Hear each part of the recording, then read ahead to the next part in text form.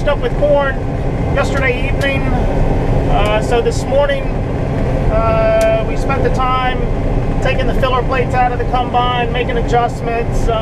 We had 1 or 2 sensors to replace where the wires had gone bad. I don't know if mice had gotten into it or just over time they went bad. And then we had a wiring issue with the harvest track monitor, this over here, that tells us the grain loss. So we diagnosed that, determined we've got 1 bad sensor and a couple of wires that were bad. So we've got the sensor on order, we've got the wires fixed. So we've started cutting soybeans here at the home farm. And if you've been keeping up and watching my videos, you know this was the farm for the first day of planting soybeans. We had that video up. The first field I cut, the 2-acre field, that's the small field. Those soybeans did not look very good.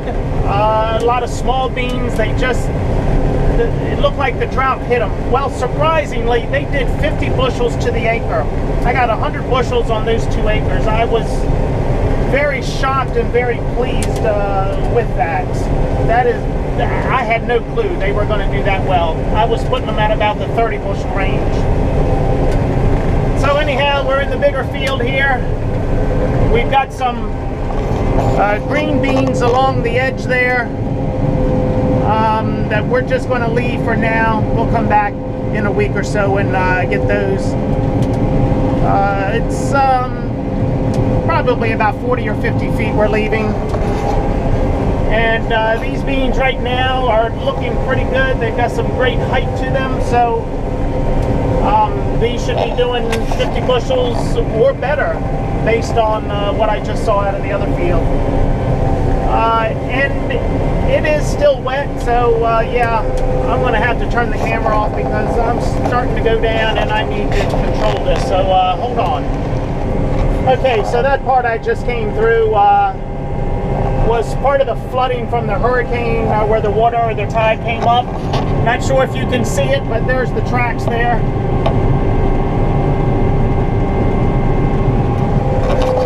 So yeah, we left a few tracks. I did not get any video yesterday of the last of the corn that I shelled, but I made a damn mess in that field. We left tracks 8 to 10 inches deep.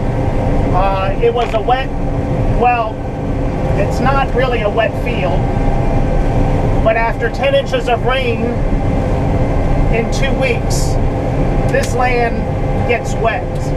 And at this time of the year, it just does not dry out quickly. So I left a lot of tracks. I'll try to get some video up of those tracks. Not sure if that's going to happen or not.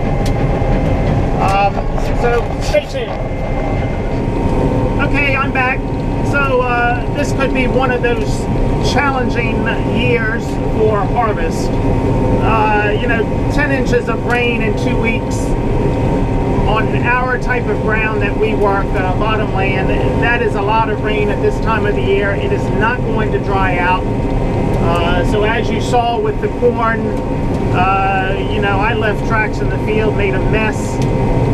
So in this soybean field, when I cut the camera off, that's where I was, so you can possibly see the tracks there.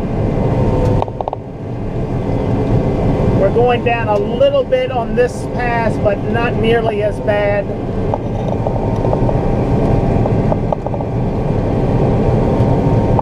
So this is the area from the hurricane that was flooded. This first couple of passes here in this field, the tides came up from the creek over there. So that's part of the reason for it being wet there. But as I said, 10 inches of rain for us in 2 weeks in the fall just is not good. We like to plant wheat, no-till wheat behind our soybeans. So I don't want to track these fields up too bad, but yet we do have to get the soybeans out. We've got a chance of rain only 1 day out of the next 7 or so. So that's good. I don't think I'm going to plant wheat back on this farm.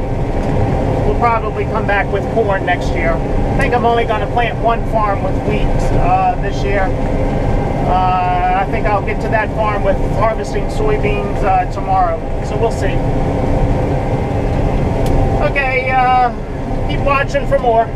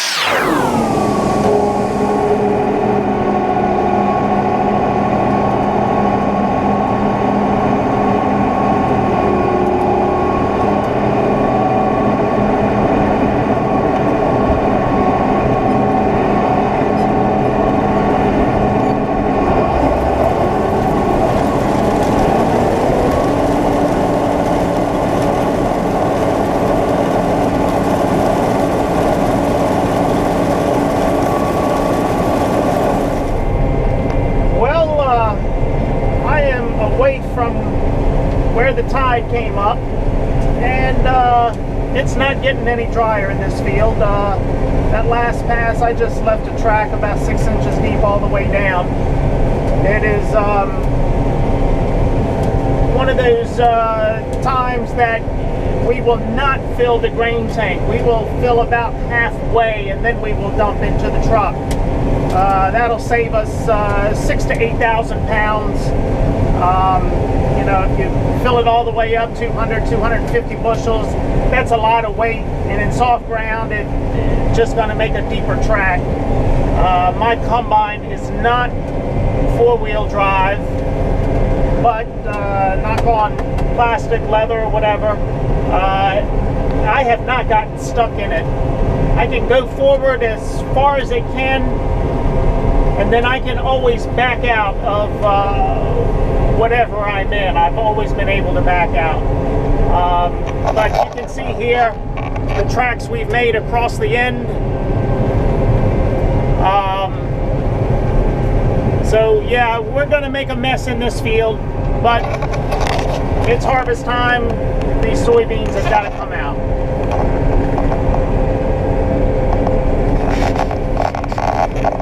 We'll see if we can get some footage of the tracks that we're making. All right, stay tuned.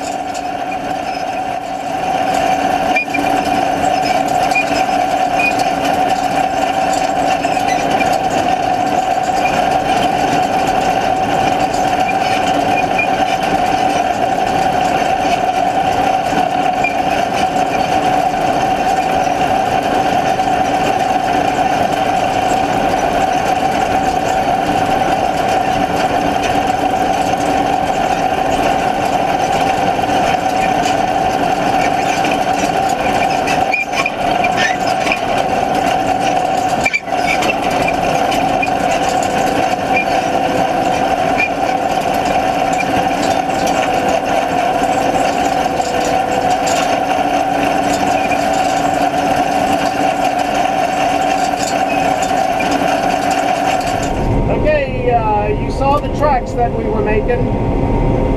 And I've only got about between 50 and 75 bushels in the tank. You know, so that's not going to help me a whole lot. That's about 2,500, 3,000 pounds. I think I'm through the worst of it in this field, but you just never know. You know, this reminds me of some years where we have had to wait for a very deep freeze, a hard freeze, in order to come out and finish up soybeans, especially in some of our lower fields. I'm hoping it's not that way this year. We've had some warm weather the last couple of days, wind blowing, and as I said, no rain in the forecast, one day in the next 7, and I think that's just a slight chance. So hopefully it'll dry out some and settle up, and we won't be fighting this mud the rest of the harvest of soybeans. Most of my ground was tilled this year, my full season soybeans. That's what I'm cutting now. My double crop soybeans, what we planted behind wheat, I shouldn't have any issue there. That was all no-till. But yeah, these full season soybeans, we tilled all of the ground because we had some tracks from last year. Looks like we will not be no-tilling corn in some of these fields like I had hoped next year, because we're going to have to level up these tracks and get them out of here. So that means more tillage next year. That's just the way the cookie crumbles sometimes.